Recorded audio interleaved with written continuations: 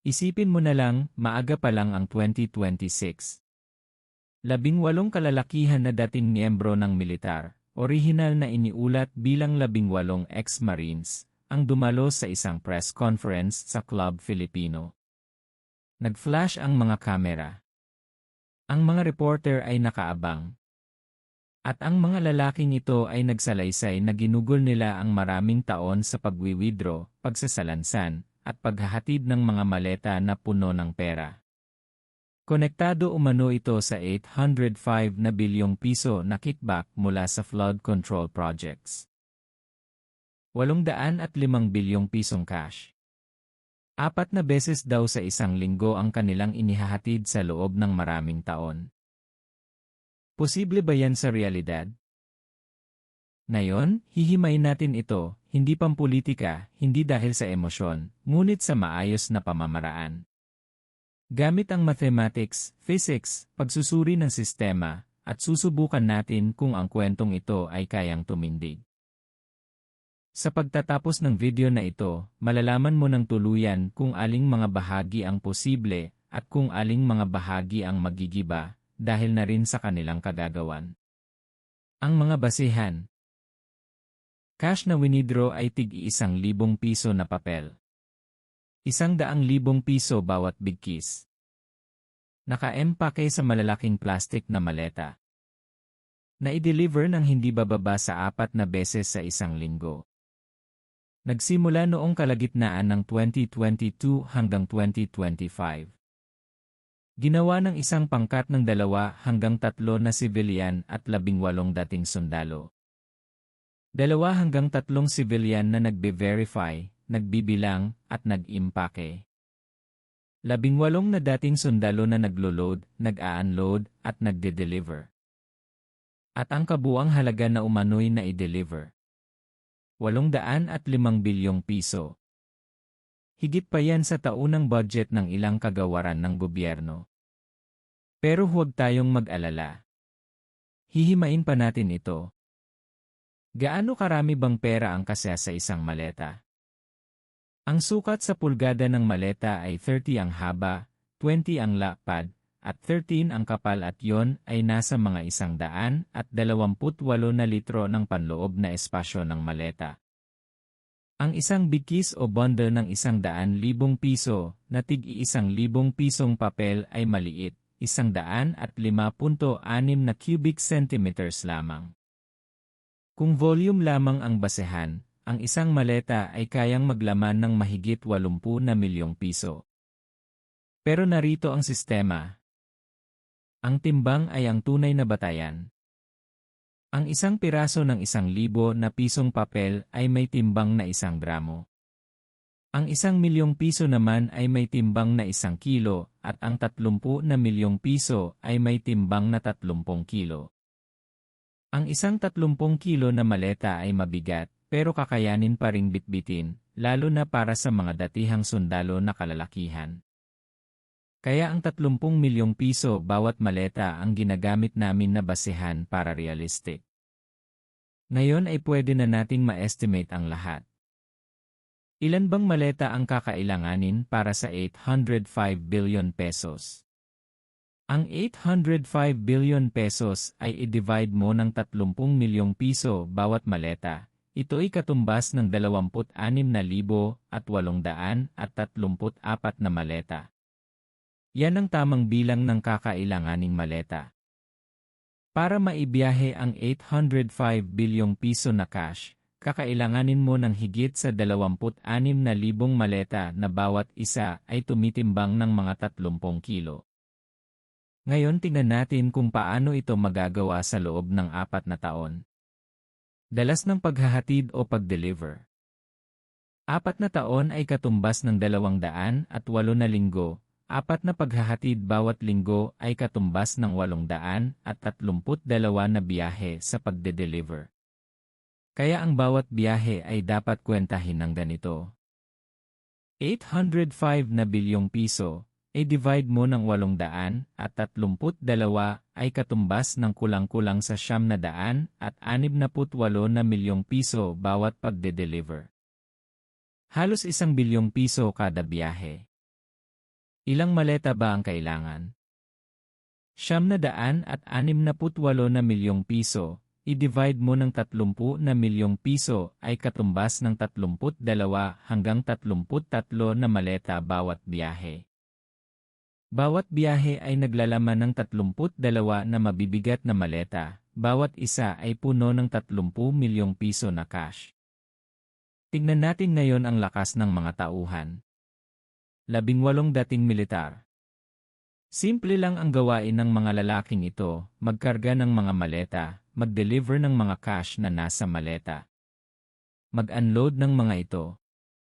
32 na maleta, i-divide ng 18 dating sundalo ay katumbas ng 1 hanggang 2 na maleta bawat sundalo. Madali yan para sa mga malalakas na mga tauhan. Oras ng transportasyon bawat kaganapan, paglo-load, 30 hanggang 60 na minuto. Pagbibiyahe, 1 hanggang 2 oras. Pag-a-unload, 30 hanggang 60 na minuto. Sumatotal, 2 hanggang 4 na oras bawat biyahe. 4 na beses na biyahe bawat linggo ay katumbas ng 8 hanggang 16 na oras ng trabaho bawat sundalo bawat linggo. Kaya ang assignment at pagpapalitan ng mga sundalo ay maaring kayanin.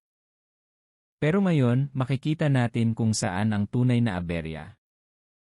Ang 2 hanggang 3 na tauhan na nag-aayos ng ide-deliver. Ang papel ng mga lalaking ito ay pagtanggap ng pera, pagbibilang ng pera, pagbe-verify kung tama.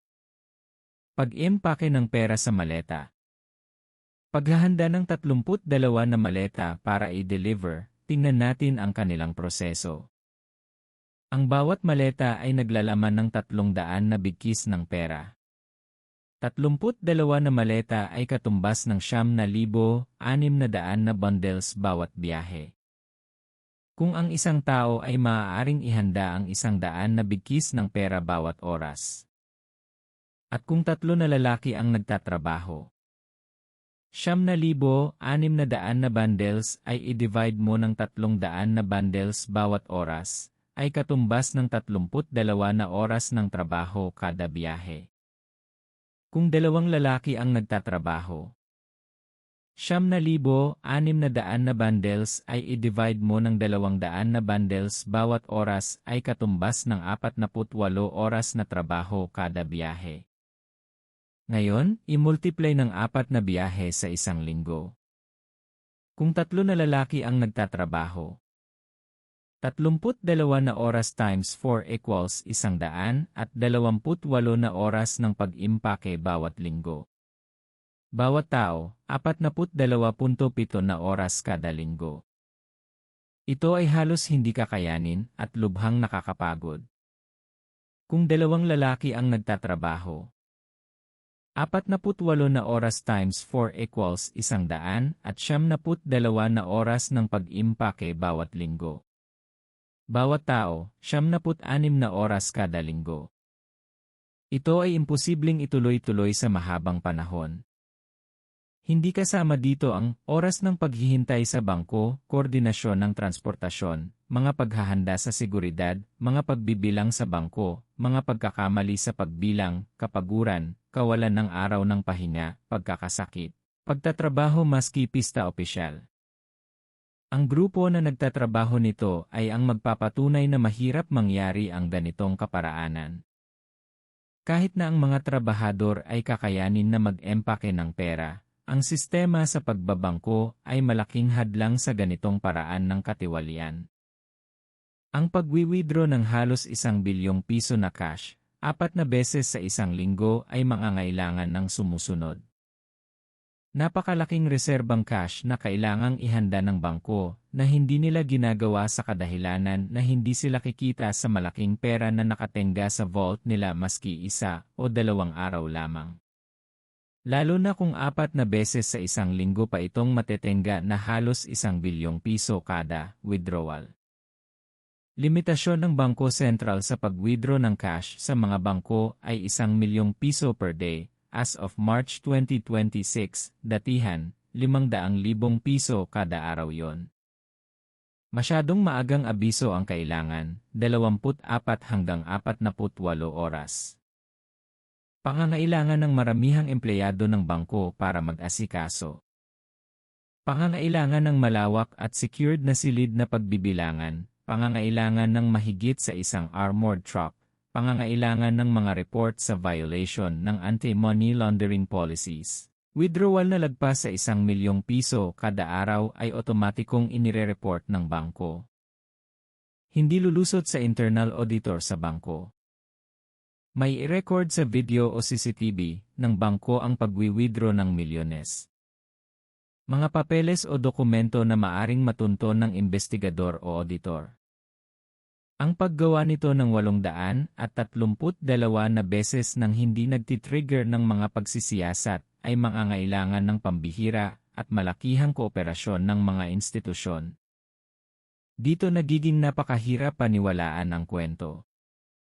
Ilatag natin ng malinaw ang lahat. Ano ang posible? Ang isang maleta ay kayang magdala ng 30 milyong piso na 1,000 peso bills. 18 dating sundalo ay kakayanin ang paglo-load, pag-unload at paghahatid. Ang pag-deliver ng 32 na maleta bawat biyahe ay kayang magawa. Ang paggawa nito ng 4 na beses sa isang linggo ay posible para sa mga dating sundalo. Ano ang hindi ka panipaniwala? 2 hanggang 3 na tauhan ay hindi kakayanin ang 128 hanggang 172 na oras ng gawaing beripikasyon at pagbibilang bawat linggo. Ang pagbibilang at pag-impact ng 9,600 bundles bawat biyahe ay isang napakalaking trabaho. Hindi maaaring paulit-ulit na ilabas ng mga bangko ang 1 bilyong piso na cash nang hindi nagtitrigger ng alarma o hindi mapapansin.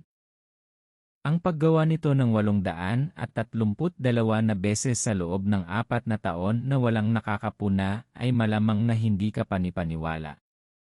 Ang mga kaganapan na ganito at lawak ng operasyon ay imposibleng maitago. Ang ganitong gawain ay posible lamang kung ang pag-uusapan ay timbang, dami, at lakas ng tao para sa paghahatid. Ngunit ito ay nagiging hindi ka panipaniwala kapag tiningnan mo sa ganitong pananaw. Una, mga kontrol sa pagbabangko. Pangalawa, workload ng pag-verify.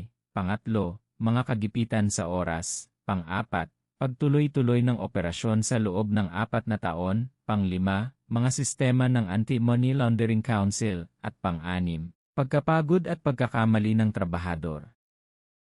Ang ilang bahagi ng salaysay ng mga dating sundalo ay posibleng mangyari. Ngunit ang buong operasyon ay hindi makatitindig ng maayos at guguho sa bigat ng maraming bagay na hindi ka panipaniwala. Ano ang ibig sabihin ng lahat ng ito? Nangangahulugan ito na ang mga bilang ay hindi nagsisinungaling, hindi rin nagsisinungaling ang physics. Hindi nagsisinungaling ang oras. Kapag hinati-hati mo ang mga salaysay sa aktwal na trabaho, aktwal na oras, aktwal na timbang, at aktwal na mga pamamaraan sa pagbabangko, ang kwento ay nagiging mas komplikado at malayo sa katotohanan. Maniwala ka man o hindi, isang bagay ang malinaw. Ang mga matinding operasyon na ganito ay nangangailangan ng matinding kaparaanan. At ang matinding kaparaanan ay nag-iwan ng matinding mga bakas o ebidensya. Kung natagpuan mo na kapaki-pakinabang ang pagsasaliksik na ito, paki-like, paki-share, at mag-subscribe para sa higit pang mga pagsusuri, malalim na pagsasaliksik para matumbok ang katotohanan. Ako po si Paolo Valentin, salamat sa panonood at manatiling mausisa. Manatiling mapagmasid at manatiling makatotohanan.